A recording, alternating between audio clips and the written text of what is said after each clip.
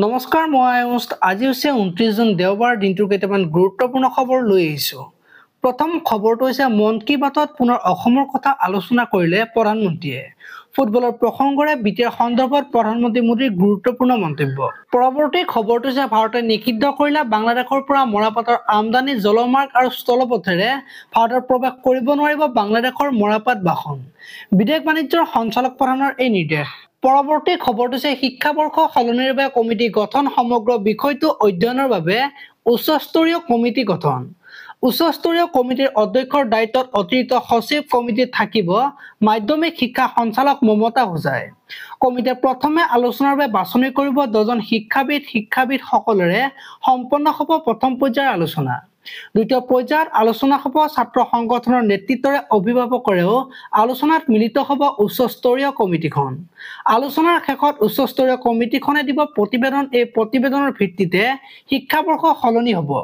পৰৱৰ্তী খবৰটো হৈছে প্ৰদূষণৰ পৰা পৰিত্ৰাণ পাবলৈ দিল্লীত কৃত্ৰিম বৰষুণ। 4 জুলাইৰ পৰা 11 জুলাইলৈ দিল্লীত 3 কোটি টকাৰ ব্যয়েৰে কৃত্ৰিম বৰষুণ।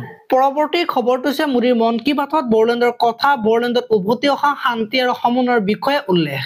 অনুষ্ঠানত বড়োলেণ্ডত উজলি উঠা ক্ৰীড়া প্ৰতিভাৰ কথা উল্লেখ। মোদীৰ বড়োলেণ্ডৰ খেলুৱৈ সমাজক অভিনন্দন জনালে মুখ্যমন্ত্ৰীয়ে। পৰৱৰ্তী খবৰটো হৈছে ক্ষমা নহয় দুখ প্ৰকাশ। সাংবাদিকক কৰা অপমানসূচক মন্তব্য দুখ প্ৰকাশ মন্ত্ৰী জয়ন্ত মল্ল বৰুৱাৰ। সাংবাদিকক তুচ্ছ কৰাৰ মানসিকতাৰে মই একো কোৱা নাছিলো। মোৰ কথাত যদি কাৰোবাৰ মনত আঘাত লাগিছে তাৰ বাবে মই সঁচাকৈয়ে দুখিত। পৰৱৰ্তী খবৰটো হৈছে উৰিষ্যাত জগন্নাথ ৰথযাত্ৰাত পুনৰ পদপিষ্টৰ ঘটনা। পুৰীৰ গুণ্ডিচা মন্দিৰৰ সমীপত পদপিষ্ট হৈ 3 ভক্তৰ মৃত্যু। আহত লোকসকলক হাস্পতালত ভৰ্তি। পৰৱৰ্তী খবৰটো হৈছে ইজৰাইল আক্ৰমণৰ মাষ্টাৰমাইণ্ড নিহত হামাছ নেতা হাকাম মহম্মদ ইছা অল ইছাক নিষেধ কৰাৰ দাবী IDFৰ।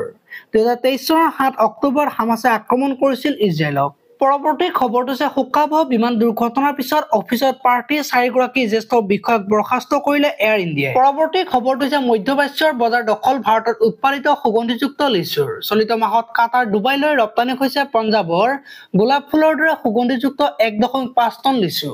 পৰৱৰ্তী খবৰটো হৈছে এগৰাকী যুৱতীক ক্ৰছ নকৰাটোৱে অপৰাধ। গুৱাহাটীৰ ৰাজপথতে জনপ্ৰিয় ইউটিউবাৰক বগৰাই প্ৰহাৰ।